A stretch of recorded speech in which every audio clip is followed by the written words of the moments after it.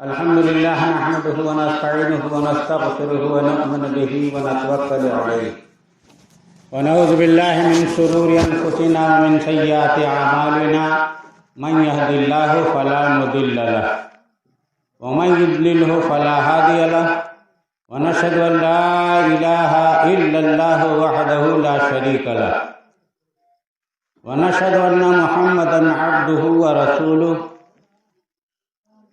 أما بعد فقد قال الله تبارك وتعالى في القرآن المجيد والفرقان الحميد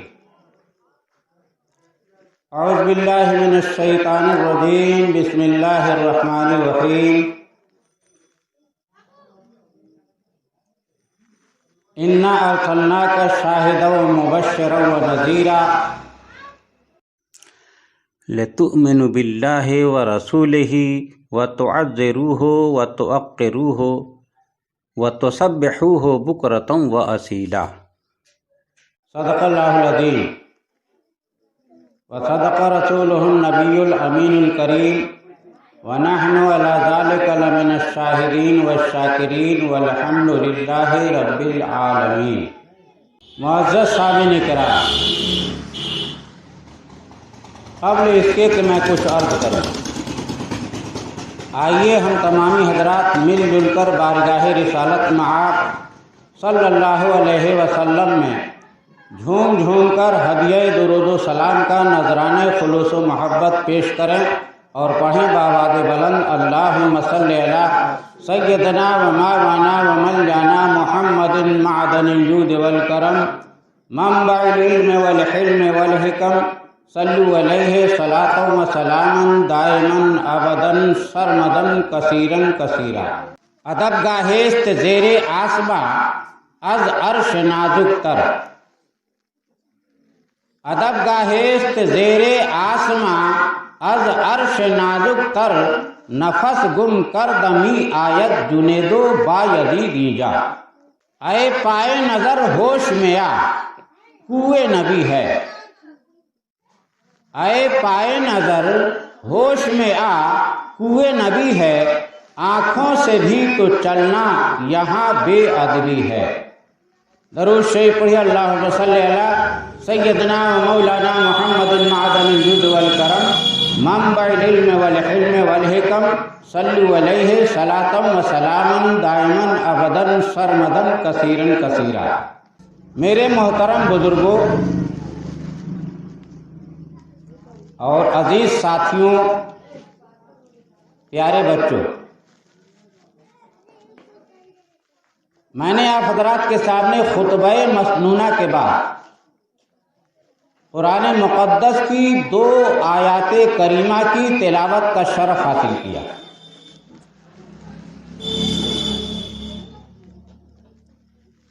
پہلی آیت میں اللہ تبارک و تعالی نے ہمارے سرکار پیارے مصطفیٰ صلی اللہ علیہ وسلم کی 3 عظمتوں کا ذکر کیا،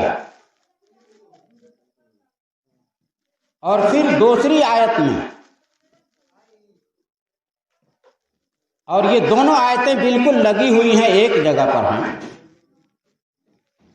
تو پہلی آیت میں سرکار مصطفیٰ صلی اللہ علیہ وسلم کی 3 عظمتوں کا ذکر کیا ہے، اور دوسری آیت میں ہم مسلمانوں کے لیے 3 کام کرنے کا حکم فرمایا ہے.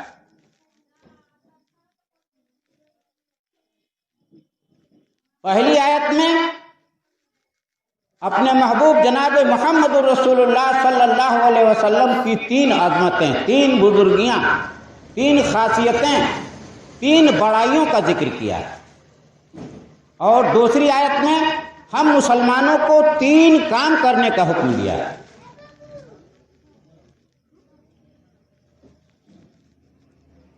اور یہی 3 عظمتیں اور 3 کام پر تھوڑی دیر آپ کے سامنے روشنی ڈالوں گا. پہلی آیت میں اللہ تبارک و تعالیٰ نے ارشاد فرمایا: انا ارسلناک شاہدا و مبشرا و نذیرا. اے محبوب ہم نے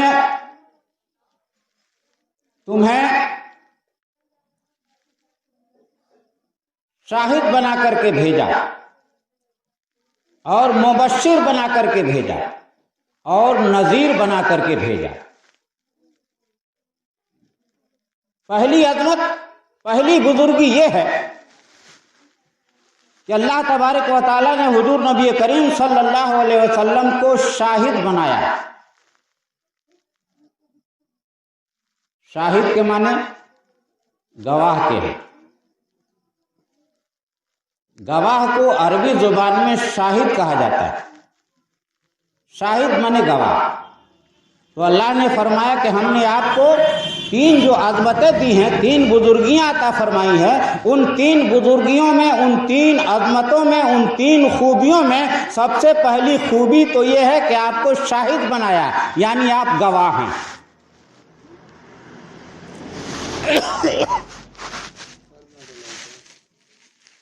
اور قرآن مقدس اللہ تبارک و تعالیٰ کی آخری کتاب ہے، اور آپ صلی اللہ علیہ وسلم آخری نبی ہیں، آپ کے بعد کوئی نبی نہیں۔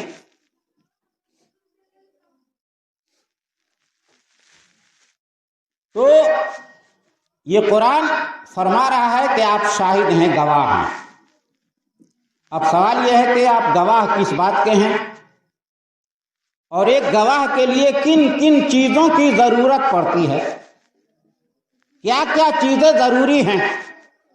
اللہ کے رسول سید عالم صلی اللہ علیہ وسلم قیامت کے دن ہمارے اعمال کے بارے میں گواہی دیں گے رب کی بارگاہ میں۔ ہمارے اعمال، آپ صلی اللہ علیہ وسلم کی امت سینکڑوں لاکھوں اربوں کی تعداد میں قیامت تک جتنے بھی امتیں آپ کی آئیں گی، ان تمام امتوں کے اعمال کی گواہی دیں گے رب کی بارگاہ میں۔ اور صرف یہی نہیں، دو گواہی دیں گے۔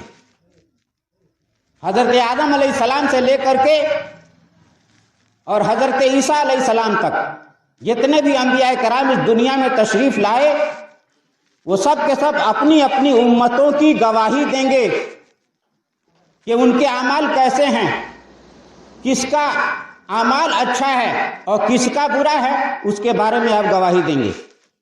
تمام انبیاء کرام اپنی امت کی اعمال کی گواہی دیں گے رب کی بارگاہ میں، صرف ایک قسم کی گواہی۔ لیکن ہمارے آقا جناب محمد رسول اللہ صلی اللہ علیہ وسلم کی یہ شان اقدس ہے کہ رب کی بارگاہ میں آپ دو قسم کے گواہی دیں گے۔ ایک تو انبیاء سابقین جو گزر چکے، ان انبیاء کرام کی گواہی کی تصدیق کریں گے۔ آقا صلی اللہ علیہ وسلم کہ ہاں یہ تمام انبیاء کرام نے جو امت کی اپنے اپنی امتوں کی گواہی پیش کی ہے رب کی بارگاہ میں، وہ سچ ہے۔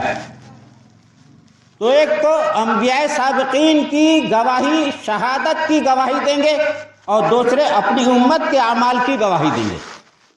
تمام انبیاء اپنی اپنی امت کی گواہی دیں گے، اور آقا صلی اللہ علیہ وسلم دو گواہی دیں گے۔ ایک تو اپنی امت کی گواہی پیش کریں گے رب کی بارگاہ میں، اور دوسرے تمام نبیوں کی گواہی پیش کریں گے۔ تو پتہ یہ چلا، اور گواہ کے لیے کن کن چیزوں کی ضرورت ہے، یہ تو آپ نے سمجھ لیا کہ گواہی دیں گے آقا صلی اللہ علیہ وسلم، اور تمام انبیاء کرام بھی گواہی دیں گے۔ تمام انبیاء ایک گواہی دیں گے، اور آقا صلی اللہ علیہ وسلم دو طرح کی گواہی دیں گے۔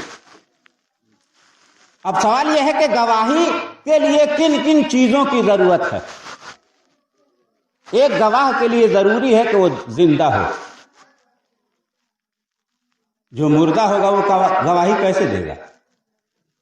تو گواہی دینے کے لیے زندہ ہونا ضروری ہے، اور دوسری چیز یہ ضروری ہے کہ وہ معاملات کے وقت موجود رہے، معاملات کو دیکھنے والا ہو اور معاملات کو سننے والا ہو۔ یہ چار چیزیں ایک گواہ کے لیے ضروری ہے۔ عدالت میں اگر کوئی بہرا چلا جائے، کسی بہرے کو پکڑ کے لے جائیے گواہی دینے کے لیے، تو اس کی گواہی نہیں قبول کی جائے گی۔ کوئی اندھا ہو، اس کی بھی گواہی قبول نہیں ہوگی۔ اور معاملات کے وقت موجود نہ رہا ہو،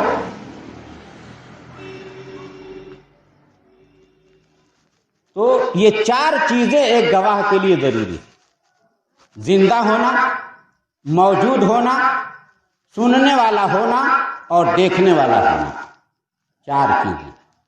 تو پتہ یہ چلا کہ حضرت آدم علیہ السلام سے لے کر کے قیامت تک جتنے بھی اس دنیا میں انسان آئے اور آئیں گے اور موجود ہیں، آقا صلی اللہ علیہ وسلم سب کو دیکھ رہے ہیں، سب کی سن رہے ہیں، اور آپ موجود بھی ہیں، حاضر و ناظر ہیں۔ تو یہ ہے آقا کریم صلی اللہ علیہ وسلم کی شان۔ اللہ تبارک و تعالیٰ ارشاد فرماتا ہے: انا ارسلناک شاہدا و مبشرا و نذیرا۔ تو آقا صلی اللہ علیہ وسلم گواہ ہیں، اپنی امت کی بھی گواہی دیں گے اور تمام انبیاء کرام کی بھی گواہی دیں گے، اور گواہی دینے کے لیے چار چیزوں کی ضرورت ہے۔ ان سب کو تو آپ نے سمجھ لیا۔ اب دوسری عظمت کیا ہے؟ آپ صلی اللہ علیہ وسلم کی دوسری بزرگی کیا ہے؟ دوسری خوبی کیا ہے؟ دوسرا کمال کیا ہے؟ وہ یہ ہے کہ آپ مبشر ہیں، بشارت دینے والے ہیں، خوشخبری سنانے والے ہیں۔ اپنے امت کے نیک اعمال کرنے والے جو لوگ ہیں، جو صاحب ایمان ہیں، ان کے لیے جنت کی بشارت دینے والے ہیں۔ اللہ تبارک و تعالیٰ جنتیوں پر کیا، کتنا اور کیا کیا انعام و اکرام فرمائے گا، ان تمام انعام و اکرام کے بارے میں جاننے والے اور بتانے والے ہیں، خوشخبری سنانے والے ہیں، بشارت دینے والے ہیں کہ تمہارے اعمال کیسے ہیں، نیک ہو تو جنت کی بشارت دیں گے۔ اللہ تبارک و تعالیٰ جو انعام عطا فرمائے گا، اس انعام کا ذکر فرمائیں گے۔ اس انعام کو بھی آپ جانتے ہیں، تو اس کا نام ہے مبشر، یعنی آپ صلی اللہ علیہ وسلم بشارت دینے والے ہیں۔ تیسری خوبی کیا ہے؟ تیسری خوبی یہ ہے کہ آپ نذیر ہیں، ڈرانے والے۔ نذیر کے معنی ہوتا ہے ڈرانے والے۔ ڈرانے والے کا مطلب یہ نہیں کہ ہمارے دھمکی دے دیں یا ہماری جسم کو، ہمارے روح کو تکلیف دینے کے لیے کوئی اذیت پہنچائیں، معاذ اللہ رب العالمین، اس قسم کی بات نہیں۔ دھوس اور دھمکی دینا، ڈرا دینا، خوفزدہ کر دینا، اس کا مطلب یہ نہیں۔ نذیر کے معنی ڈرانے والا، مطلب یہ ہے کہ ہم جو ہے اگر برائی کرتے ہیں تو اللہ تبارک و تعالی ہم سے ناراض ہوگا، ہم گناہ کریں گے تو وہ ہمارے لیے قیامت کے دن، آخرت میں ہمارے لیے نقصان دینے کا سبب بنے گا۔ تو ان تمام چیزوں سے آگاہ کریں گے اور ڈرائیں گے کہ خبردار خبردار، اے میرے امت کے چاہنے والوں، اے میرے جانشارو، تم ہمیشہ گناہوں سے بچتے رہنا، تم گناہ کے قریب نہ جانا۔ تو اس طریقے سے اللہ کے رسول سید عالم صلی اللہ علیہ وسلم عذاب الہی سے اور گناہوں سے ہم سب کو ڈرانے والے، یہ مراد ہے۔ تو تین بزرگیاں، تین عظمتیں اللہ تبارک و تعالیٰ نے اپنے محبوب صلی اللہ علیہ وسلم کو عطا فرمائی۔ پہلی خوبی، پہلی عظمت یہ ہے کہ آپ شاہد ہیں، اور دوسری بزرگی اور عظمت یہ ہے کہ آپ مبشر ہیں، یعنی خوشخبری سنانے والے ہیں، اور تیسری بزرگی یہ ہے کہ آپ ڈرانے والے ہیں، نذیر ہیں۔ درود پاک پڑھی، اللہم صلی علی سیدنا و مولانا و مولانا محمد معدن الجود والکرم منبع العلم والحلم والحکم، صلوا علیہ صلاۃ و سلاما دائما ابدا سرمدا کثیرا کثیرا۔ تو یہ تین بزرگیاں تو آپ نے سماعت فرما لیا۔ اب تین کام ہمیں کرنا ہے۔ ایمان والوں کو، جو مومن ہیں، ان کو اللہ تبارک و تعالیٰ نے حکم فرمایا، تین کام کرنے کو ارشاد فرمایا۔ لِتُؤْمِنُوا بِاللَّهِ وَرَسُولِهِ وَتُعَزِّرُوهُ وَتُوَقِّرُوهُ وَتُسَبِّحُوهُ بُكْرَةً وَأَصِيلًا۔ تاکہ اے لوگو ایمان لاؤ اور اللہ اور اس کے رسول صلی اللہ علیہ وسلم پر ایمان لاؤ، اور رسول کریم صلی اللہ علیہ وسلم کی تعظیم و توقیر بجا لاؤ۔ یہ دوسرا کام پہلا کام کیا ہے؟ اللہ اور اس کے رسول صلی اللہ علیہ وسلم پر ایمان لانا۔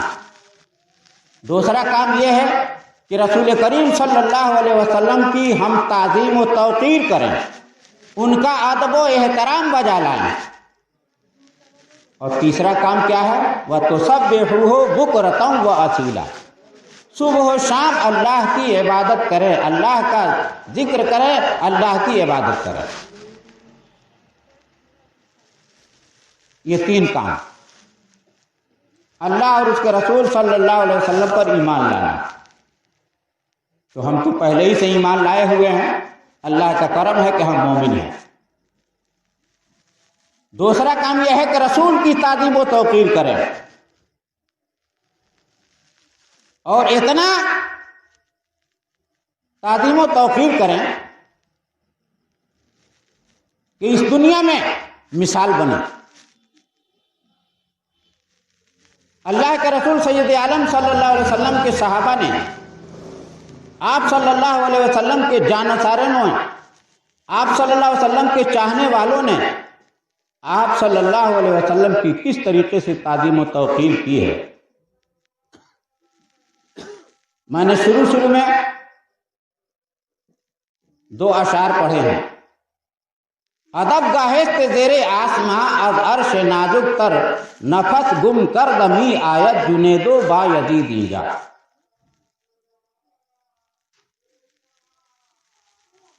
کہ اس آسمان کے نیچے ایک ایسا مقام ہے کہ اس مقام پر جاتے ہوئے ہمارے بزرگان دین زور سے بولنا تو کجا، زور سے سانس لینا بھی ادب کے خلاف سمجھتے ہیں۔ اے پائے نظر ہوش میں آ، کوئے ندی ہے، آنکھوں سے بھی چلنا تو یہاں بے ادبی ہے۔ اللہ کے رسول سید عالم صلی اللہ علیہ وسلم کی تعظیم و توقیر کرنا یہ ایمان کی جان ہے۔ تعظیم میں، ادب میں، توقیر میں ذرہ برابر بھی اگر کمی ہوئی تو ایمان برباد ہو جائے گا، نیکیاں برباد ہو جائیں گی، اعمال بگڑ جائیں گے۔ ایک صحابی ہیں حضرت ثابت بن قیس رضی اللہ تعالی عنہ، ان کو ثقل سماعت کا عارضہ تھا، اونچا سنتے تھے، بہرے تھے، اور اونچا سننے والے اور بہروں کے بارے میں ہم سب کا یہ تجربہ ہے، مشاہدہ ہے کہ چونکہ وہ اپنی آواز بھی پوری طور پر نہیں سن پاتے ہیں، اس لیے وہ زور سے بولتے ہیں۔ اکثر آپ نے دیکھا ہوگا کہ جو لوگ بہرے ہیں وہ لوگ زور سے بولتے ہیں۔ تو زور سے بولنا، اگر کوئی بہرا آدمی زور سے بولتا ہے تو کسی کو بھی برا نہیں لگتا، ہر آدمی سمجھتا ہے کہ ان کے پاس مجبوری ہے تو کوئی توجہ نہیں دیتا۔ تو ان کی عادت تھی کہ سرکار مصطفیٰ صلی اللہ علیہ وسلم کی بارگاہ میں جب یہ جاتے، حاضری دیتے، بات چیت کرتے تو آپ زور سے بولتے تھے۔ اللہ کا رسول سید عالم صلی اللہ علیہ وسلم نے اس طرف دھیان نہیں دیا، لیکن اللہ تبارک و تعالیٰ نے قانون دینے کے لیے آیت کریمہ نازل فرمائی۔ اس لیے کہ جس طریقے سے ہم مسلمانوں کے لیے، ہم مومنین کے لیے سرکار مصطفیٰ صلی اللہ علیہ وسلم کی سنتوں پر عمل کرنا ضروری ہے، اسی طریقے سے صحابہ کرام کی سنت بھی ہمارے لیے احترام کا ذریعہ ہے، اور آپ کے صحابہ کی سنت پر بھی چلنا ہمارے لیے دین کا ایک حصہ ہے۔ تو صحابہ کی سنتوں پر بھی ہمیں چلنا ہے۔ تو اگر قانون نہ دیا جاتا، اس کو روکا نہیں جاتا، تو آئندہ کوئی بھی رسول کریم صلی اللہ علیہ وسلم کی بارگاہ میں، مواجہ اقدس میں، حیات مبارکہ میں آپ کے حضور اور آپ کی حیات ظاہری کے بعد آپ کے مزار طیبہ کے قریب کوئی بلند آواز سے بات کرے اور اس کو سنت سمجھے کہ فلاں صحابی کی سنت ہے، تو اس خطرے سے روکنے کے لیے اللہ تبارک و تعالیٰ نے یہ آیت کریمہ نازل فرمائی کہ یا ایھا الذین آمنوا لا ترفعوا اصواتکم فوق صوت النبی ولا تجہروا لہ بالقول کجہر بعضکم لبعض ان تحبط اعمالکم وانتم لا تشعرون، کہ اے ایمان والو جب تم نبی کی بارگاہ میں آؤ تو آپ صلی اللہ علیہ وسلم کی بارگاہ میں اپنی آواز کو اونچا نہ کرو، زور سے نہ بولو، اور اس طریقے سے نہ بولو جس طریقے سے تم لوگ آپس میں ایک دوسرے کے ساتھ بلند آواز سے بات چیت کرتے ہو۔ رسول کی بارگاہ میں اس طریقے سے تمہیں اونچا نہیں بولنا ہے، بلکہ اپنی آواز کو پست کر کے بولو، دھیرا بولو، ورنہ اگر نبی کی آواز پر تمہاری آواز بلند ہو گئی تو پھر تمہارے اعمال برباد کر دیے جائیں گے، تمہاری جتنی بھی نیکیاں ہیں وہ تمام نیکیاں سلب کر لی جائیں گی، چھین لیے جائیں گے وہ تمام اعمال، اور اس طریقے سے تمہیں خبر بھی نہیں ہوگی، تمہیں شعور بھی نہیں ہوگا۔ تو یہ آیت کریمہ نازل ہو گئی تو جب حضرت ثابت بن قیس رضی اللہ تعالیٰ عنہ نے سنا تو آپ سوچ میں پڑ گئے کہ یہ آیت کریمہ نازل ہوئی اور رسول کریم صلی اللہ علیہ وسلم کی بارگاہ میں بلند آواز سے زور سے بولنے والا تو میں ہی ہوں۔ یہ سوچ کر کے وہ زار و قطار رونے لگے کہ ہائے میں تو لٹ گیا، ہائے میں تو برباد ہو گیا، میرے اعمال چھین لیے گئے، اور ایک جگہ ایک چوراہے پر بیٹھ کر کے گریہ وزاری کرنے لگے۔ اتفاق سے ایک دوسرے صحابی حضرت عاصم بن عدی رضی اللہ تعالیٰ عنہ اس راستے سے گزرے، رسول کریم صلی اللہ علیہ وسلم کی بارگاہ ناز میں حاضر دینے کے لیے جا رہے تھے۔ راستے میں دیکھا کہ قیس حضرت ثابت بن قیس رو رہے ہیں، سبب پوچھا، سلام کیا، انہوں نے سلام کا جواب دیا، پوچھا کہ اے قیس کیوں رو رہے، رونے کا سبب کیا ہے، رونے کی وجہ کیا ہے؟ تو انہوں نے سارا ماجرا پیش کیا، جو کچھ حضرت ثابت بن قیس پر گزری تھی وہ سب بیان کیا۔ یہ سن کر کے حضرت عاصم بن عدی رضی اللہ تعالیٰ عنہ رسول کریم صلی اللہ علیہ وسلم کی بارگاہ میں حاضری دینے کے لیے روانہ ہو گئے۔ اللہ کے رسول صلی اللہ علیہ وسلم کی بارگاہ میں حاضر ہوتے ہیں اور ثابت بن قیس کے تمام معاملات جو آپ نے دیکھا سنا تھا وہ بارگاہ رسول میں عرض کیا۔ اللہ کے رسول صلی اللہ علیہ وسلم نے جب سنا کہ میرا ایک غلام، میرا ایک چاہنے والا، میرا ایک جانثار، میرا ایک صحابی پر یہ مصیبت آئی ہے اور وہ گناہوں کے ڈر سے کہ میرے اعمال برباد ہو گئے وہ رو رہا ہے، آپ صلی اللہ علیہ وسلم کی دریائے رحمت کو جوش آیا اور آپ نے فرمایا کہ اے عاصم بن عدی فوراً جاؤ اور میرے ثابت بن قیس کو میری بارگاہ میں لاؤ۔ حضرت ثابت بن قیس عاصم بن عدی رضی اللہ تعالیٰ عنہ وہاں سے واپس آئے، چوراہے پر آتے ہیں، دیکھتے ہیں تو یہاں وہ نہیں ہیں، پھر وہاں سے ان کے گھر جاتے ہیں، وہاں بھی تلاش کیا تو نہیں نظر آئے، ان کے گھر والوں سے پوچھا کہ وہ کہاں ہیں، ثابت بن قیس کہاں ہیں، تو گھر والوں نے بتایا کہ فلاں کوٹری میں بند ہو کر کے وہ گریہ وزاری کر رہے ہیں، رب کی بارگاہ میں توبہ استغفار کر رہے ہیں، رب کی بارگاہ میں رو رہے ہیں، اپنے گناہوں کا احساس انہیں ہو گیا ہے۔ جب یہ سنا تو حضرت عاصم بن عدی دروازہ کھٹکھٹاتے ہیں اور پکارتے ہیں کہ اے ثابت بن قیس چلو، تمہیں رسول کریم صلی اللہ علیہ وسلم نے یاد فرمایا ہے۔ جب یہ سنا تو فوراً دروازہ کھلا اور زار و قطار روتے ہوئے رسول کریم صلی اللہ علیہ وسلم کی بارگاہ ناز میں حاضر ہو جاتے ہیں، عرض کرتے ہیں کہ یا رسول اللہ صلی اللہ علیہ وسلم میں اپنے گناہوں کو یاد کر کر کے رو رہا ہوں، میرے تمام اعمال برباد ہو گئے۔ اللہ کے رسول سید عالم صلی اللہ علیہ وسلم نے جب یہ سنا تو مسکرا پڑے، یوں مسکرائے جان سی کلیوں میں پڑ گئی، یوں لب کشا ہوئے کہ گلستان بنا دیا۔ آقا صلی اللہ علیہ وسلم نے تبسم فرمایا اور ارشاد فرمایا کہ اے ثابت بن قیس تم نہ لو، رونے کی ضرورت نہیں ہے، اللہ تبارک و تعالی نے تمہارے اعمال کو برباد نہیں کیا، تمہارے اعمال محفوظ ہیں، قانون تو اب آیا ہے اور قانون آنے سے پہلے کا یہ معاملہ ہے تمہارے ساتھ، تو تمہاری کوئی پکڑ نہیں ہے، تمہارے اعمال برباد نہیں ہے، آئندہ سے خیال رکھو۔ آئندہ ایسی بات نہ ہونے پائے۔ اور اللہ کے رسول سید عالم صلی اللہ علیہ وسلم نے حضرت ثابت بن قیس کو 3 بشارتیں دی۔ اے ثابت بن قیس، تمہاری زندگی خوشحال گزرے گی، تمہاری زندگی بہت ہی اچھی گزرے گی، پہلی بشارت۔ دوسری بشارت یہ ہے کہ تم شہید کیے جاؤ گے، اللہ کی بارگاہ میں شہید ہوگے۔ اور تیسری بشارت یہ ہے کہ تم جنتی ہو، اللہ تبارک و تعالیٰ تمہیں جنت عطا فرمائے۔ یہ 3 بشارتیں آقا صلی اللہ علیہ وسلم نے ارشاد فرمایا، اور ویسا ہی ہوا۔ زندگی بھر جب تک آپ حیات سے رہے، آپ ہر طریقے سے خوشحال رہے، تندرست رہے، کوئی تکلیف نہیں رہی۔ اور دوسری بشارت کہ تم شہید کیے جاؤ گے، تو آپ جو ہے، آپ کو اللہ تبارک و تعالیٰ نے میدان جنگ میں کفار و مشرکین سے جہاد کرتے ہوئے بہتوں کو فنار کیا، بہت سے مشرکین و کفار کو قتل کیا، ہلاک کیا، اور پھر آخر میں آپ بھی شہید ہو گئے۔ اور تیسری بشارت یہ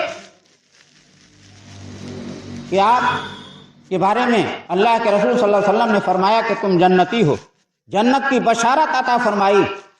تو اس طریقے سے صحابہ کرام جب بھی حضرت ثابت بن قیس رضی اللہ تعالیٰ عنہ کو کہیں بھی دیکھتے، ملاقات ہوتی، چلتے پھرتے، تو وہ آپس میں تذکرہ کیا کرتے تھے کہ دیکھو یہ جنتی جا رہا ہے۔ حضرت ثابت بن قیس، ظاہر بات ہے کہ اللہ کے رسول صلی اللہ علیہ وسلم نے جو فرما دیا وہ تو کن کی کنجی ہے، وہ زبان جس کو سب کی کن کی کنجی کہیں، اس کی نافذ حکومت کے لاکھوں سلام۔ اللہ کے رسول صلی اللہ علیہ وسلم کی زبان کن کی کنجی ہے۔ آپ نے فرمایا کہ یہ 3 بشارتیں، یہ تینوں بشارتیں پوری ہوئی۔ درود شریف پڑھی، اللہم صلی علی سیدنا مولانا محمد بارک وسلم، صلاۃ و سلام علیک یا رسول اللہ صلی اللہ علیہ وسلم۔ تو رب تبارک و تعالیٰ نے ارشاد فرمایا، لِتُؤْمِنُوا بِاللَّهِ وَرَسُولِهِ وَتُعَزِّرُوهُ وَتُوَقِّرُوهُ وَتُسَبِّحُوهُ بُكْرَةً وَأَصِيلًا۔ اے ایمان والو، اللہ اور اس کے رسول صلی اللہ علیہ وسلم پر ایمان لاؤ اور تعظیم و توقیر کرو، اور صبح و شام اللہ کی پاکی بیان کرو۔ یہ 3 کام ہیں، اور 3 کام ہم تمام مسلمانوں کو کرنا ہے۔ لیکن یہاں سیٹنگ پر غور کیجیے۔